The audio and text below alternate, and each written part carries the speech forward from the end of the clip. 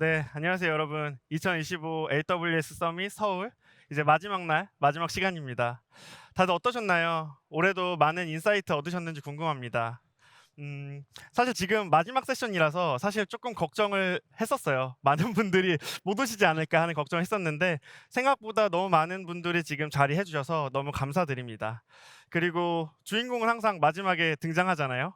그래서 영광스럽게도 저는 사실 2년 연속으로 지금 주인공을 하고 있는데 그래서 매번 세션 시작하기 전에 너무 마음을 졸이고 시작하는 것 같습니다. 하지만 이렇게 마지막 세션까지 기다려 주신 지금 모두 앉아 계신 여러분들 위해서 더 좋은 세션 만들도록 노력하겠습니다. 네, 다시 한번 인사드리겠습니다. 저는 그저 칠한 데브옵스 구축, 생성형 AI를 통한 차세대 데브옵스 구성하기라는 주제로 발표할 AWS 솔루션스 아키텍트 김도영입니다. 반갑습니다. 네, 오늘 제가 전달드릴 이야기는 데브옵스 그리고 생성형 AI를 통해 보다 혁신적인 데브옵스를 구성하는 것에 대해서 이야기할 건데요. 먼저 데브옵스가 무엇인지 그리고 우리가 데브옵스를 왜 도입해야 하는지를 먼저 이야기할 겁니다. 그리고 보다 더 나은 데브옵스를 구축하기 위해서 데브옵스 성숙도에 대해서 이야기해 볼 거고요.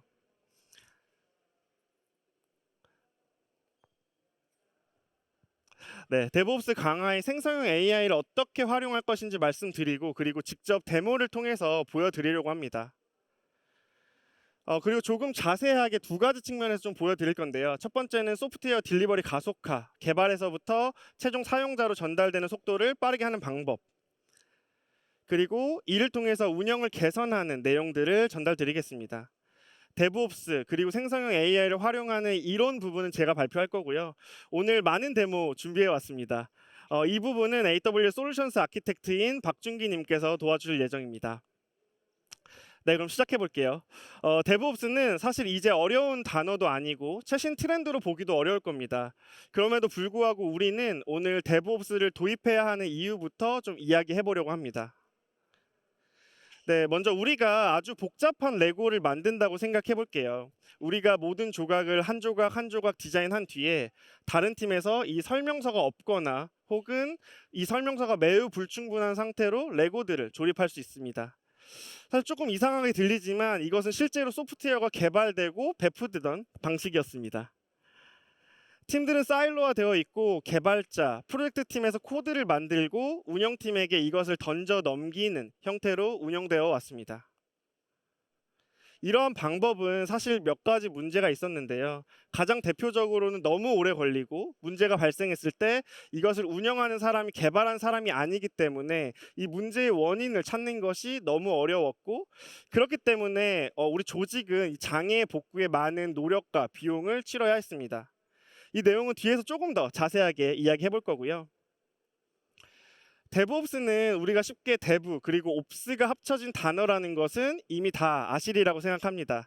그리고 더 디테일하게는 데브옵스는 문화, 프로세스, 기술을 조합해서 더 큰 의미를 가질 수 있습니다.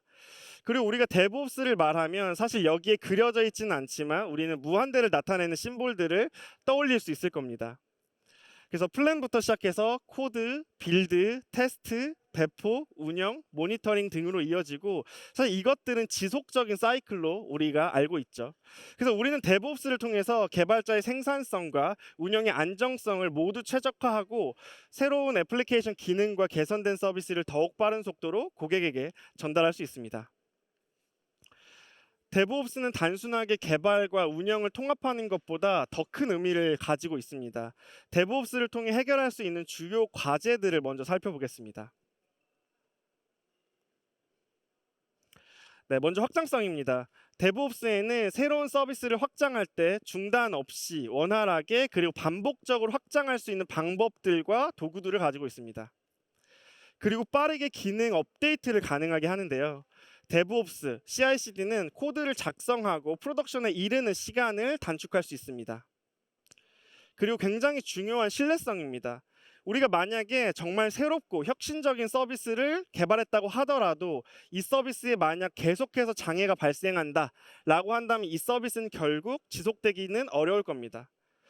일관된 성능과 그리고 장애 복구를 가능하게 함으로써 이런 신뢰성을 보장하고 우리가 데브옵스를 구축해야 할 겁니다. 네, 그리고 사일로 되어 있는 조직을 통합함으로써 협업도 중요하게 되는데요. 데브옵스는 통합된 책임 그리고 목표를 가지고 함께 일할 수 있도록 도와줍니다. 네, 마지막으로 보안인데요. 제가 방금 마지막으로 보안이라고 말씀드렸지만 사실 이것은 가장 첫 번째로 옮겨도 전혀 이상하지 않을 겁니다. 우리는 이제 데브옵스를 넘어서 데브섹옵스를 말하고 있고, 보안은 아까 말씀드렸던 데브옵스의 전 생명 주기 전반에 걸쳐서 통합됩니다. 네, 그래서 지금까지 데브옵스가 왜 중요한지, 그렇기 때문에 우리가 왜 데브옵스를 강화해야 하는지에 대해서 이야기했습니다. 그렇다면 데브옵스 환경의 성숙도를 측정하고 우리가 성숙한 데브옵스를 만들기 위해서 어떤 것들을 해야 하는지 함께 이야기해 보겠습니다. 앞에서 말씀드렸던 것처럼 이 데브옵스라는 게 사실 지금은 새로운 것은 아니고, 많은 곳에서 우리는 데브옵스를 도입했다 라고 이렇게 말씀을 하시는데요. 그렇다면 우리의 이 데브옵스가 잘 구축되었다라고 판단하기 위한 지표들은 어떤 것들이 있을까요? 네, 첫 번째는 리드 타임입니다. 이것은 코드를 커밋하고 이 커밋이 프로덕션에 가는데 걸리는 시간입니다. 성숙한 데브옵스 환경은 훨씬 짧은 이 리드 타임을 가질 겁니다. 그 두 번째는 배포 주기입니다. 이것은 특정 기간 동안 얼마나 자주 배포할 수 있는지를 나타내고, 리드 타임 그리고 이 배포 주기, 이 두 개의 지표를 합쳐서 처리량이라고 하는 지표로 그룹핑할 수 있을 겁니다. 결국에 이것은 커밋에서 시작해서 프로덕션 환경에 변화를 주는 속도에 관련된 지표 그룹입니다. 그리고 다음으로는 변경 실패율이 있습니다. 이것은 프로덕션에 커밋하고 그 변경이 실패하는 비율입니다. 대표적으로 우리는 테스트를 자동화하면서 프로덕션으로 코드가 적용되기 전에 오류들을 추적하고 수정할 수 있습니다. 변경 실패율이 낮을수록 데브옵스 환경을 더 신뢰할 수 있고, 그렇기 때문에 확장성도 보장할 수 있게 될 겁니다. 그렇지만 당연하게도 이 변경 실패율을 0%로 만드는 것은 불가능할 건데요. 그리고 우리는 알고 있습니다. 변경과 상관없이 언제든지 우리 서비스의 장애도 발생할 수 있습니다. 그렇기 때문에 우리는 모니터링을 해야 하고요. 이상을 감지하게 되면 이 문제를 해결해야 합니다. 패치나 버전 롤백이 대표적일 겁니다. 그렇고 이 평균 복구 시간을 말해서, 평균 복구 시간을 말합니다. 변경 실패율 그리고 평균 복구 시간이 안정성 지표로 그룹핑할 수 있습니다. 결국에는 프로덕션에 얼마나 빠르게 자주 전달할 수 있는지에 대한 처리량, 그리고 그것들이 문제없이 운영될 수 있는지에 대한 안정성, 이렇게 크게 두 가지의 지표 그룹으로서 성숙도를 측정할 수 있습니다. 그리고 뒤에서 데모를 통해서 이러한 지표들을 우리 생성형 AI를 통해서 어떻게 개선할 수 있는지 이야기할 겁니다.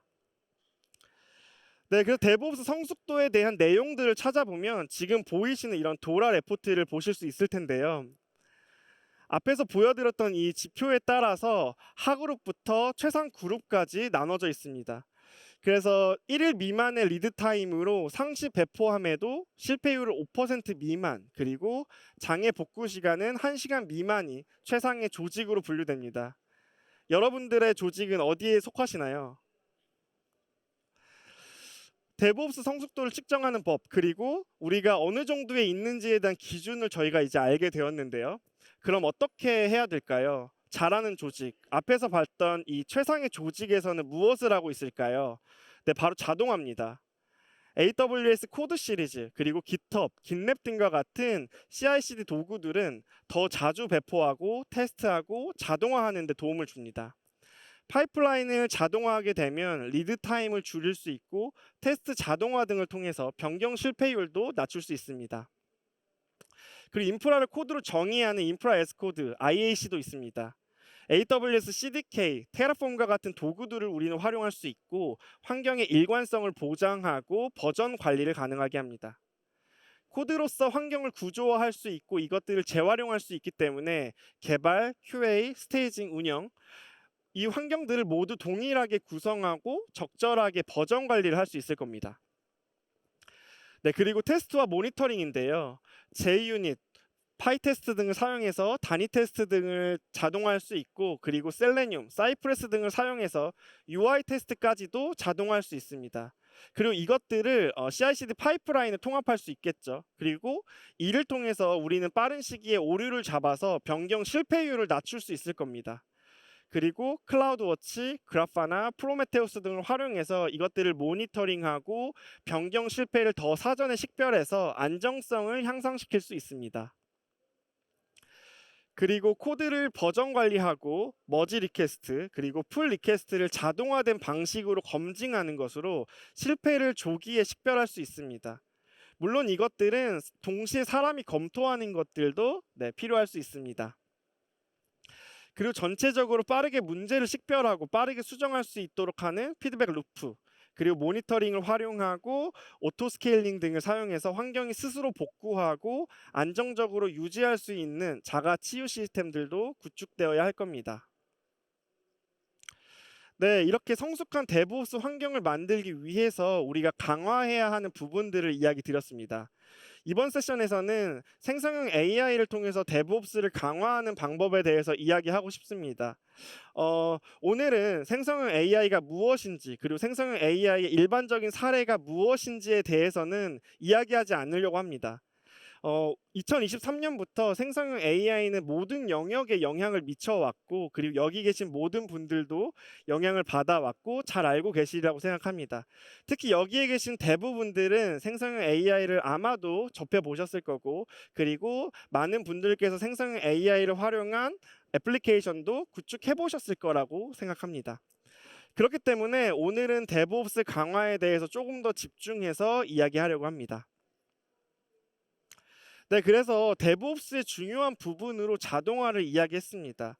자동화도 계속해서 발전하고 있고 생성형 AI는 자동화의 다음 단계로 말하고 지능적 의사결정 그리고 프로세스를 최적화하는 것들을 돕습니다. 먼저 생성형 AI는 향상된 문제 해결 능력을 가지고 있습니다. 이를 통해서 복잡한 과제에 대해서 창의적인 솔루션을 만들어낼 수 있습니다. 일반적으로 규칙을 기반으로 하거나 혹은 단순 반복 작업을 하는 자동화 도구와는 다르게 생성형 AI는 상황을 분석하고 직접적으로 해결책을 제안합니다. 그리고 그렇기 때문에 운영 효율성을 높여줄 수 있습니다. 사람이 직접 판단하고 해결책을 고려해야 하던 일들을 줄여주고 생성형 AI가 솔루션을 만들어줄 수 있기 때문이죠. 생성형 AI에게 모든 것을 맡길 수는 없을 수도 있습니다. 하지만 우리는 생성형 AI의 도움을 받아서 효율성을 높일 수 있을 겁니다. 네, 그리고 생성형 AI는 실시간 피드백 그리고 데이터 분석을 통해서 지속적으로 개선을 보장하는 적응형 학습 기능을 가지고 있습니다. 그렇기 때문에 시간이 지나면서 점점 더 정교한 자동화를 만드는 메커니즘을 가지고 있는데요. 그리고 마지막으로 새로운 환경, 워크로드에 맞춰서 쉽게 확장하고 다양한 케이스에 적용할 수 있습니다. 네, 그럼 AWS의 생성형 AI를 활용해서 이제 우리 데브옵스를 강화할 수 있는 방법들을 살펴볼 텐데요. 먼저 AWS의 생성형 AI 스택을 살펴보도록 하겠습니다. 아마도 오늘 많이 보셨을 수도 있을 텐데요.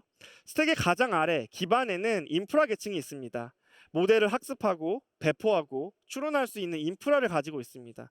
그리고 우리는 이를 통해서 모델을 자체 구축하고 사용할 수 있습니다.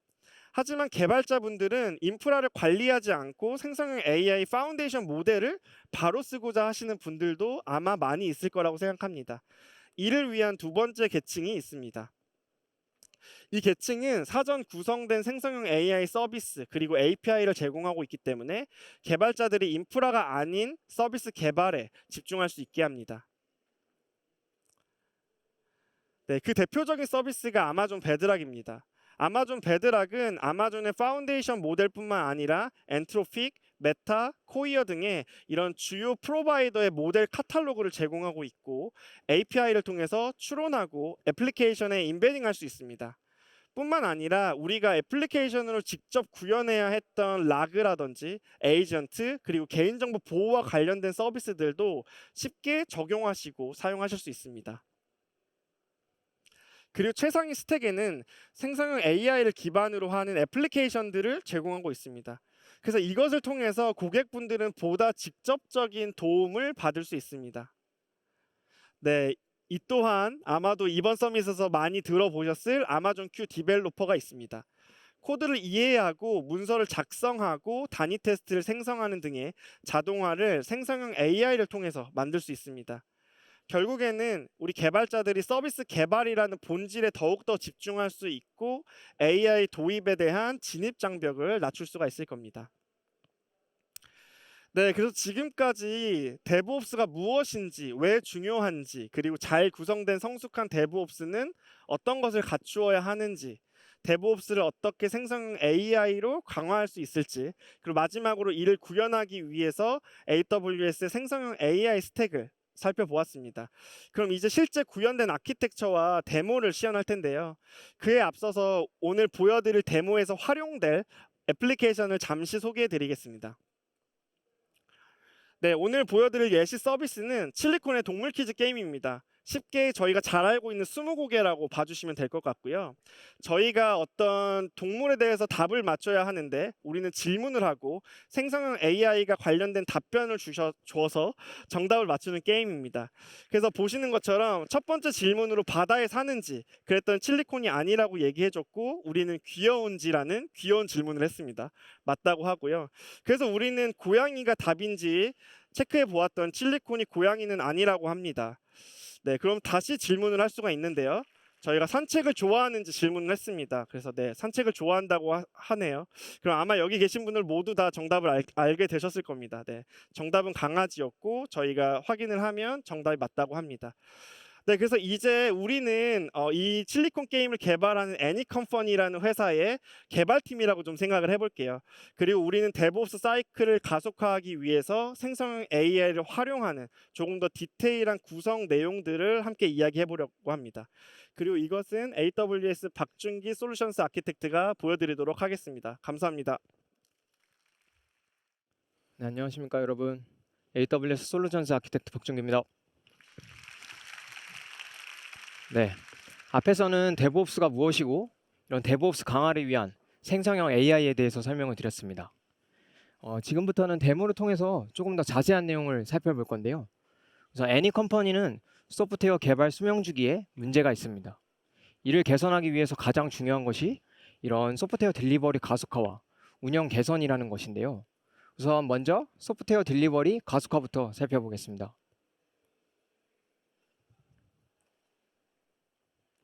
앞에서 설명했듯이 이 처리량과 관련된 지표는 리드 타임과 그리고 배포 주기가 있습니다.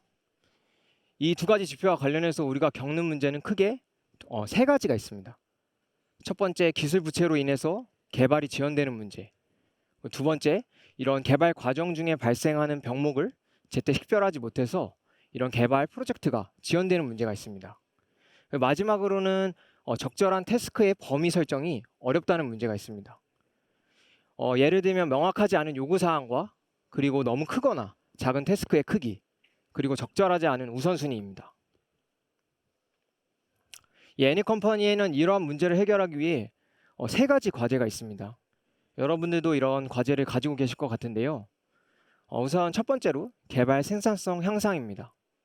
앞에서 설명드렸던 아마존 큐 디벨로퍼를 활용해서 어떻게 개발 생산성을 향상시킬 수 있는지 살펴보도록 하겠습니다.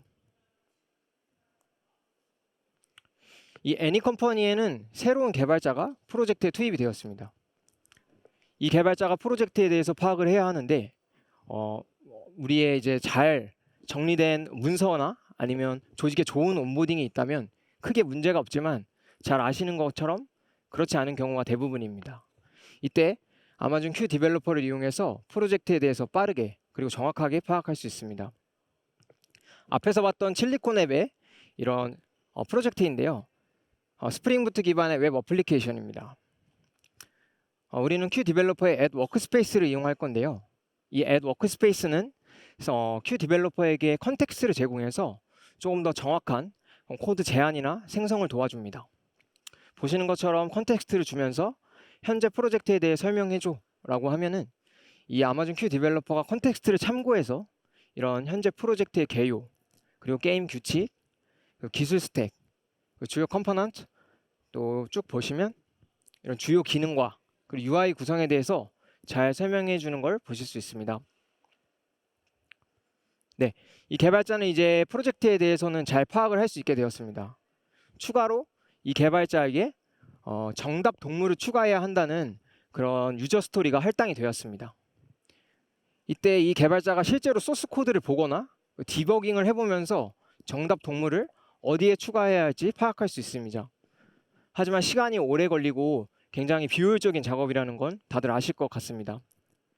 이때 우리는 또 추가적으로 소스 코드가 리드업을 하지 않은 경우도 있습니다. 그래서 이때 Q 디벨로퍼의 에이전트 기능을 활용하실 건데요. /dev로 정답 동물에 고양이를 추가해줘 라고 질문을 하게 되면 채팅을 통해서 코드를 생성하는 것과는 다르게 이런 목표를 달성하기 위해 플랜을 세우고 진행 과정을 평가하고 그리고 필요시 이런 플랜을 수정하는 등 이런 일련의 과정들이 이런 에이전트끼리 자율적으로 일어나게 됩니다. 그렇기 때문에 우리는 좀 더 풍부하고 정확한 소스 코드를 생성할 수 있습니다.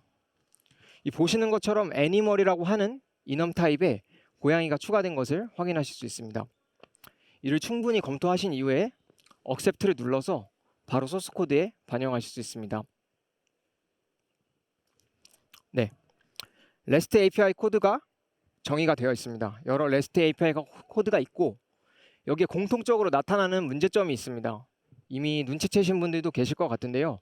이 모든 메서드에서 하나하나 수정하실 수도 있지만 역시 굉장히 비효율적인 작업입니다. Q 디벨로퍼를 이용해서 한 번에 리팩터링 가능합니다. 소스 코드 전체를 선택하시고 마우스 우클릭을 하면 아마존 Q 리팩터를 클릭하시면 Q 디벨로퍼가 리팩터를 진행하게 됩니다. 내용을 한번 보면 이런 맵 타입으로 되어 있는 요청 응답 타입을 의미 있는 DTO를 사용하라고 가이드해주고 있습니다. 이를 인서트 버튼을 클릭해서 우리가 한 번에 소스 코드에 반영하실 수 있고 이때 추가해야 하는 DTO 타입들은 앞에서 봤던 /dev 에이전트를 활용해서 바로 추가하실 수 있습니다. 굉장히 중요하지만 시간이 오래 걸리고 우리가 귀찮게 생각하는 게 있습니다. 저도 스프린트의 절반 정도는 이것을 작성하는 데 시간을 들였었는데요. 혹시 무엇일까요? 다 아시리라 생각하고 유닛 테스트입니다. 이 유닛 테스트도 Q 디벨로퍼의 이런 에이전트 기능을 활용해서 생성하실 수 있습니다. 보시는 것처럼 컨트롤러 파일을 열고 /test를 입력하면 이 역시 에이전트 기능이기 때문에 뒷단에서 이 에이전트끼리 대화를 통해서 이 좀 더 우리가 다양하고 정확한 테스트 케이스를 생성을 해줍니다. 그래서 보시는 것처럼 생성된 유닛 테스트 파일을 확인하고 충분히 검토한 이후에 accept 버튼을 클릭해서 바로 반영하실 수 있습니다. 네, Q 디벨로퍼를 활용해서 개발 생산성 향상은 완료했습니다. 그 다음은 소프트웨어 개발 수명주기 병목 식별입니다. 애니컴퍼니는 이 SDLC 몇몇이 느리게 진행되거나 또 비효율적으로 운영되는 경우가 있습니다.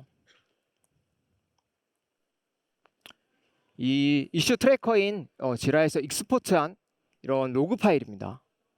실제로 태스크 상태가 변경될 때마다 로깅된 파일입니다.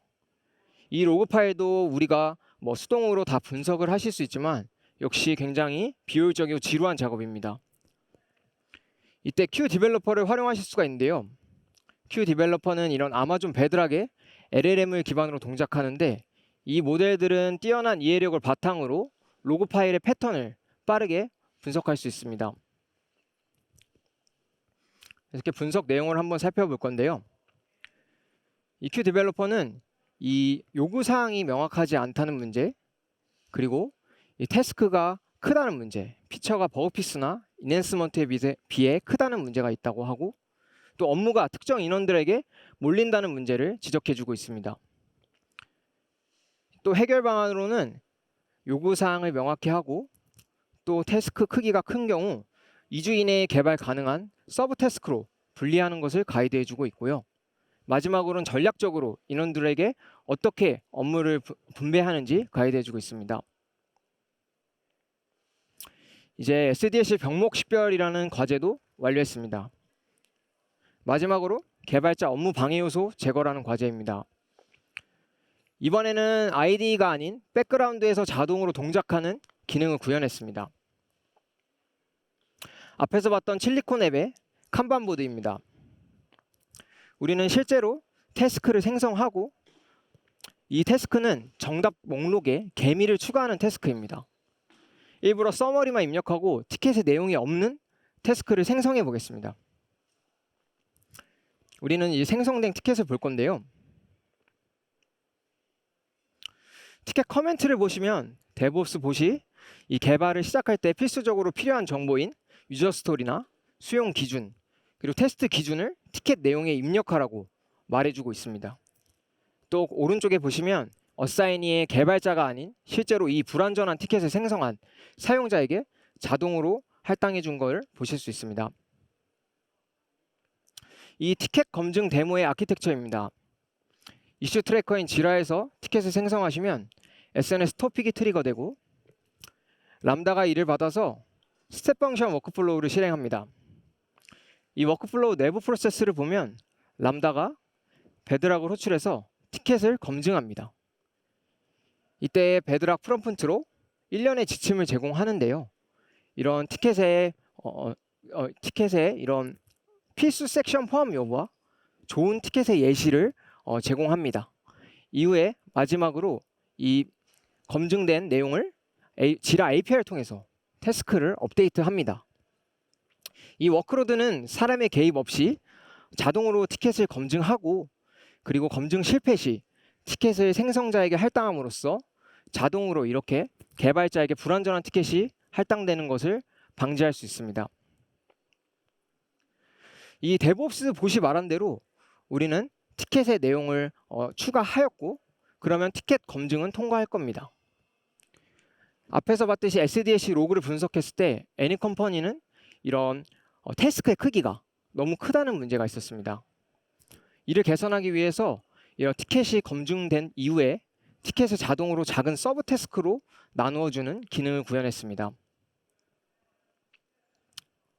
보시는 것처럼 티켓을 클릭해 보면 티켓 검증이 통과했기 때문에 이런 개미를 추가하기 위한 서브 태스크들이 자동으로 생성된 걸 확인하실 수 있습니다. 다시 아키텍처로 돌아와서 보시면 기존 워크플로우에 서브 태스크를 정의하는 람다가 추가되었습니다. 이 람다는 이 베드락을 통해서 티켓 내용을 분석합니다. 그리고 개발자가 하루 안에 개발 가능한 크기로 태스크를 나눕니다.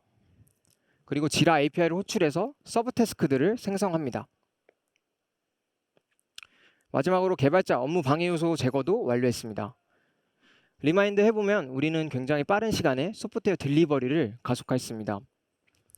Q 디벨로퍼를 활용해서 개발 생산성을 향상시켰고 그리고 이런 SDLC 병목을 식별할 수 있었습니다. 그리고 이슈 트래커에 이런 티켓 검증 자동화를 추가해서 개발자 업무 방해 요소도 제거했습니다. 지금까지 소프트웨어 딜리버리, 가속화에 대해서 살펴봤고 지금부터는 운영 개선에 대해서 살펴보겠습니다. 이런 안정성과 관련된 지표는 이런 변경 실패율과 평균 복구 시간이 있습니다. 이 두 가지 지표와 관련해서 우리가 겪는 문제는 크게 세 가지가 있습니다. 이런 형식적인 리뷰가 많고 또 지라 티켓의 비즈니스 우선순위와 이런 기술 우선순위가 제대로 검증되지 않는 경우가 많습니다. 저 역시도 이런 형식적인 리뷰를 많이 했었는데 그 코드들이 지금 잘 동작하고 있을지 걱정이 됩니다. 두 번째는 옵저베빌리티와 모니터링이 충분하지 않다는 문제입니다. 마지막으로는 복잡한 문제 해결과 장애 대응이 미흡하다는 점입니다. 장애 분석이나 그리고 장애 보고서 작성 등이 이루어지지 않는데 특히 팀이 바빠지면 이러한 작업은 항상 가장 뒷전으로 밀리게 됩니다. 굉장히 중요한 일인데 말이죠. 이 생성형 AI를 활용해서 어떻게 운영을 개선할 수 있을까요?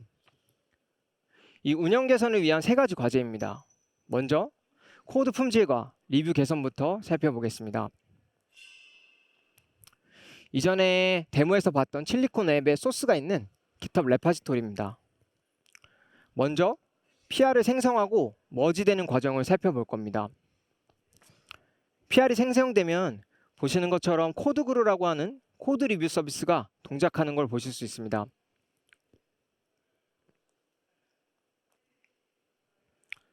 방금 만들었던 PR인데요.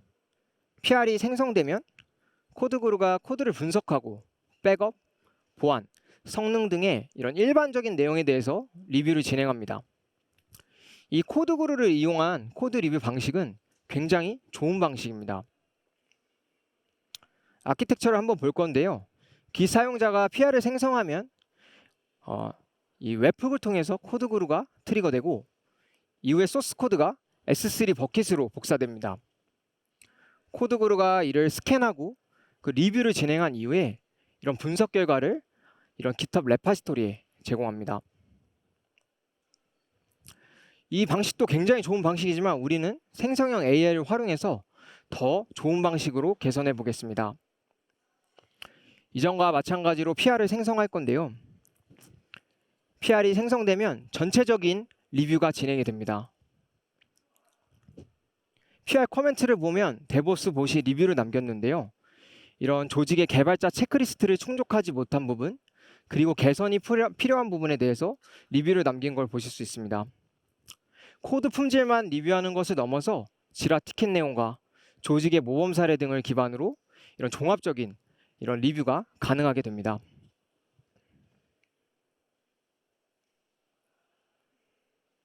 네, 다시 아키텍처로 돌아와서 보면 역시 사용자가 PR을 생성하면 웹훅을 통해서 API 게이트웨이가 트리거 됩니다. 이후에 람다가 호출되고 람다는 PR과 이런 지라 티켓 정보가 포함된 외부 요구사항을 베드락에게 전달합니다. 그리고 베드락에게는 조직의 시니어 개발자 역할을 부여하고 조직의 모범 사례를 기반으로 코드 리뷰를 진행시킵니다. 마지막으로 베드락의 리뷰를 PR 커멘트에 추가합니다. 코드 품질과 리뷰 개선이라는 과제는 완료했고 이제 모니터링 고도화에 대해서 살펴보겠습니다. 앞에서 봤던 칠리콘 앱의 인프라 형상 관리를 위한 CDK 소스입니다. 우리는 이제 Q 디벨로퍼에게 질문을 할 건데요. 이런 람다에 경보를 추가할 건데 어떤 지표를 활용하면 좋을지, 또 이런 조건으로는 SLA는 99.99%이고 그리고 2초 이내에 응답이 필요하다라고 질문을 할 겁니다. 그럼 Q 디벨로퍼가 보시는 것처럼 오류율이나 이런 지연 시간, 그리고 병목 현상, 그리고 동시성과 관련된 지표에 경보를 추가하라고 가이드를 주고 있습니다. 추가로 현재 스택 파일에 방금 추천해준 경보를 추가하는 방법에 대해서 문의를 합니다. Q 디벨로퍼가 실제 CDK 소스에 경보를 어떻게 추가하는지 잘 알려주는 걸 보실 수 있고 이런 인서트 버튼을 클릭해서 아까처럼 소스 코드에 바로 반영하실 수 있습니다. 이 모니터링 고도화도 완료했습니다. 다음은 마지막 장애 대응 개선입니다. 이 부분은 야간에 장애 대응을 많이 하셨거나 그리고 이런 장애 보고서를 많이 작성하신 분들이라면 굉장히 중요하다는 걸 아실 것 같습니다. 이런 슬랙에 워룸이라고 하는 채널이 있습니다. 야간에 장애가 발생한 상황이고 Q 디벨로퍼가 장애를 감지해서 알림을 보냈고 우리는 이를 워룸에서 확인했습니다. 이후에 콘솔에서 람다 함수를 테스트해보고 이런 로그를 분석합니다. 로그를 쭉 보시면 굉장히 익숙하실 것 같은데 IAM 권한 문제인 것을 확인할 수 있습니다. 그래서 IAM 권한을 추가하고 우리는 이런 상황을 슬랙에 알립니다. 이후에 람다 함수를 테스트를 다시 해보면 Q 디벨로퍼가 정상 응답을 보내게 됩니다. 그리고 보고서 생성 버튼을 클릭해서 이전에 수동으로 작성하시던 장애 보고서를 자동으로 작성하실 수 있습니다. 이 생성된 장애 보고서를 볼 건데요.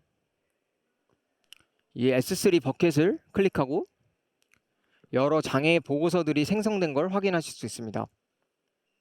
네, 장애 보고서 하나를 열어볼 건데요. 보신 것처럼 장애 개요, 그 발생 경과, 원인, 그리고 영향도, 그 복구 과정, 그리고 후속 조치 등이 담긴 장애 보고서가 잘 생성된 걸 확인하실 수 있습니다.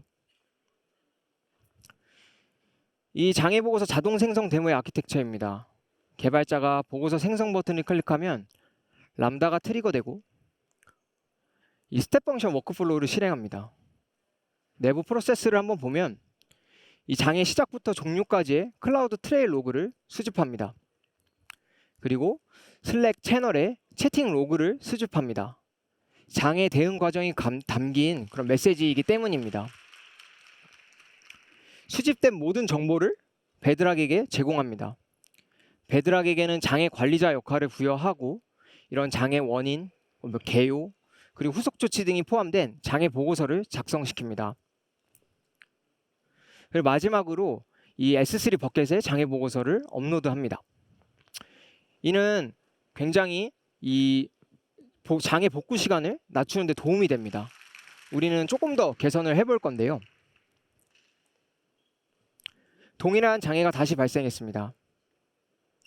이전 장애라는 버튼을 눌러서 이런 동적으로 장애 처리 가이드를 생성할 수 있습니다. 이전 장애 대응을 경험으로 다음 담당자가 따라할 수 있는 이런 상세한 해결 가이드를 제공합니다. 이는 매우 중요한데요. 과거에 이러한 기능이 있었다면 굉장히 우리가 많은 시간을 절약할 수 있었을 것 같습니다. 다시 아키텍처로 돌아와서 보면 장애 보고서가 업로드되면 S3 이벤트 알림이 발생하고 이로 람다가 트리거되고 람다는 베드락을 이용해서 장애 보고서를 벡터화하고 오픈서치에 저장합니다. 이후에 개발자가 지난 장애라는 버튼을 클릭하면 람다가 베드락을 이용해서 이전 정보를 기반으로 이런 장애 처리 가이드를 동적으로 생성합니다. 이는 데브옵스 환경에서 평균 복구 시간을 크게 단축시킬 수 있습니다.